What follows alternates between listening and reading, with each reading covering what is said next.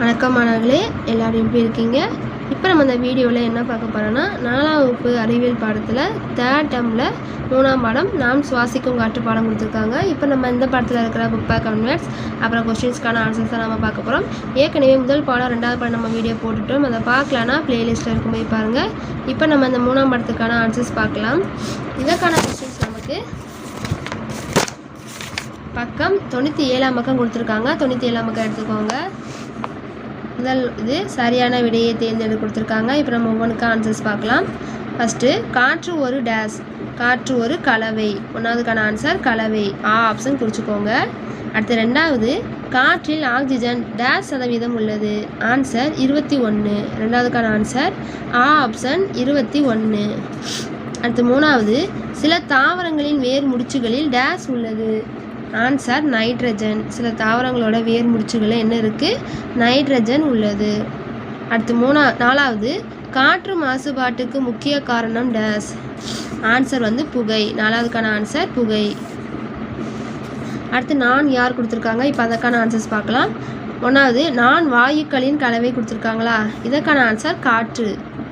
ஒன்றாவதுக்கு எழுதிக்கோங்க காற்று. அடுத்து ரெண்டாவது நான் உங்களுக்கு ஆக்சிஜனை தருகிறேன், இதற்கான ஆன்சர் மரம். ரெண்டாவதுக்கான ஆன்சர் மரம். அடுத்து மூணாவது நான் எரிவதற்கு உதவி செய்பவன் அல்ல, இது கார்பன் டை ஆக்சைடு. மூணாவதுக்கான ஆன்சர் கார்பன் டை ஆக்சைடு. அடுத்து நாலாவது என் மீது சவாரி செய்வதன் மூலம் மாசுபாட்டை குறைக்கலாம், ஆன்சர் மிதிவண்டி.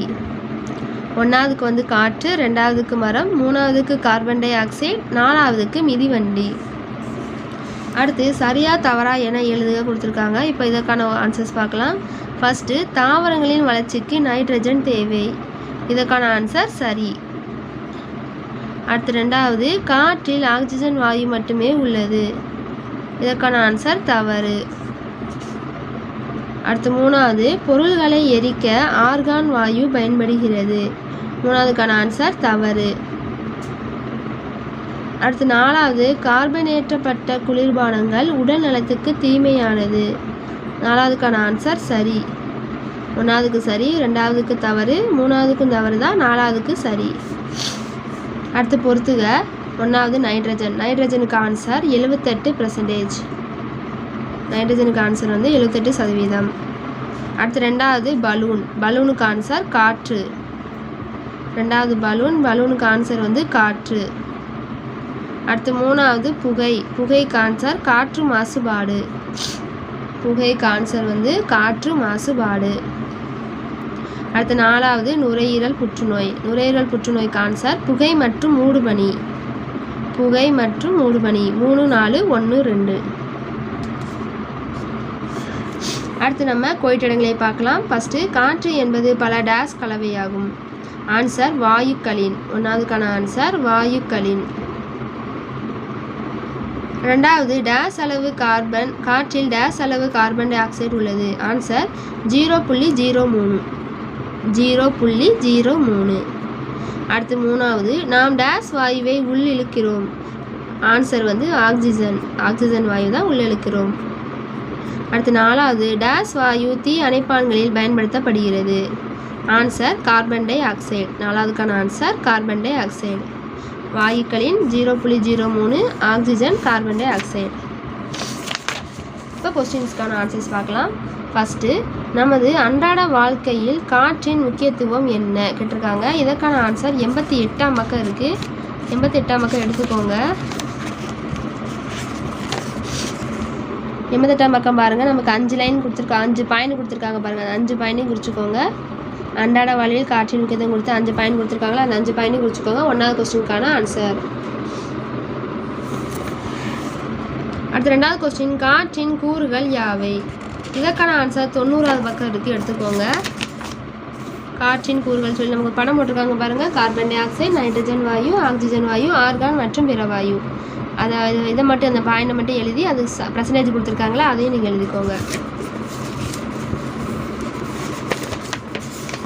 அடுத்து 3வது கொஸ்டின் காற்று மாசுபடுவதால் ஏற்படும் விளைவுகள் யாவை, இதற்கான ஆன்சர் 94வது பக்கம் இருக்குது, எடுத்துக்கோங்க. 94ஆம் பக்கம் பாருங்கள், நமக்கு காற்று மாசுவாய் ஏற்படும் விளைவுகள் கொடுத்துருக்காங்களா, அதில் இந்த சைடில் இருக்குது பாருங்கள், அதை மட்டும் எதுனா போதும். உலக வெப்பமயமாதல், பனிப்புகை உருவாக்கம், நெக்ஸ்ட்டு அமிலமலை உருவாக்கம், ஏரோசால் உருவாக்கம், ஓசோன் குறைதல். இந்த 5 பாயிண்டை மட்டும் எதுனா போதும். அடுத்து 4ஆம் கொஸ்டின் பாருங்கள், ஆக்சிஜனின் பயன்கள் யாவை? இதற்கான ஆன்சர் 92வது பக்கம் இருக்குது, எடுத்துக்கோங்க. ஆக்சிஜன் பயன்கள் ஹெட்டிங் கொடுத்துருக்காங்களா, அதில் ஏதாவது ஒரு 3 பாயிண்ட் கிட்ட நீங்கள் எழுதிக்கலாம். ஏதாவது 5 பாயிண்டில் ஏதாவது 3 பாயிண்ட் எழுதிக்கோங்க, இல்லாட்டி ஃபுல்லாக எழுதினாலும் எழுதிக்கோங்க.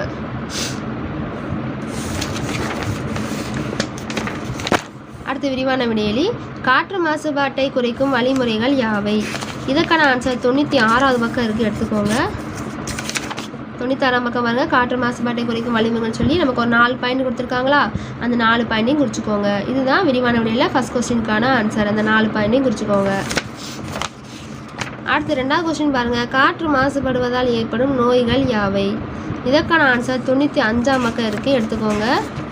95ஆம் பக்கம் பாருங்கள், காற்று மாசுபட்டினால் இளைஞர்களுக்கு ஏற்படும் விளைவுகள் சொல்லி ஒரு 4 பாயிண்ட் கொடுத்துருக்காங்களா, அதே மாதிரி அந்த ஹெட்டிங்கை போட்டு இந்த 4 பாயிண்ட்டை எழுதிக்கோங்க.